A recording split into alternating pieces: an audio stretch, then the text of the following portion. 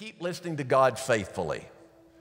Whenever you're there at the point of change, when you're at the point of transition, when life is never going to be what it used to be, regardless of how bad you want it to be, when life simply is not ever going to be what you want it to be again, in that moment, you need to keep listening to God faithfully.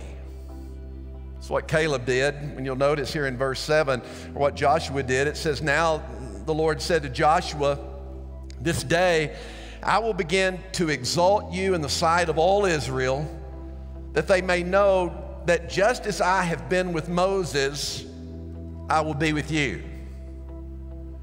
Now, he's not saying to Joshua, "Now, Joshua, I'm going to duplicate everything I did with Moses, that we're going to recapture the past and everything's going to be like it used to be." No, what he's saying is that just like Moses listened to me, just as I led Moses, I will lead you. Just as I led Moses to lead my people as far as I could lead him, I will lead you. It's going to look completely different, but I will lead you.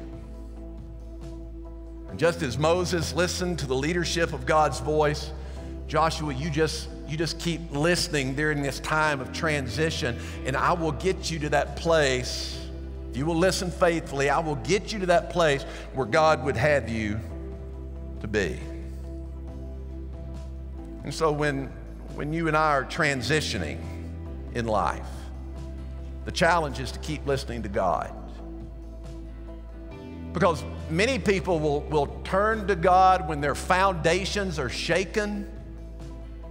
When something happens in life that rocks your world, when something happens that shakes the very foundations of a person's life, you'll find individuals, they will in fact turn to God, only to find that it was God shaking the foundations. It wasn't circumstances. God may be using circumstances. He may be using tragedy. We know that God causes all things to work together for good for those who love God and are called according to his purposes. Doesn't mean God caused everything to happen. Doesn't say everything that happens is good.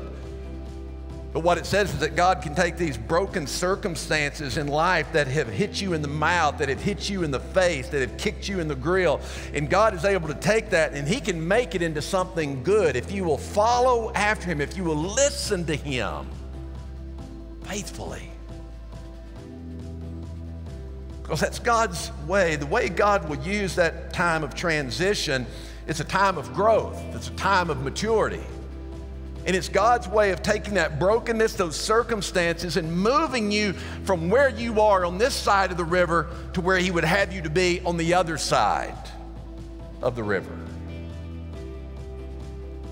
C.S. Lewis gives a vivid picture of this.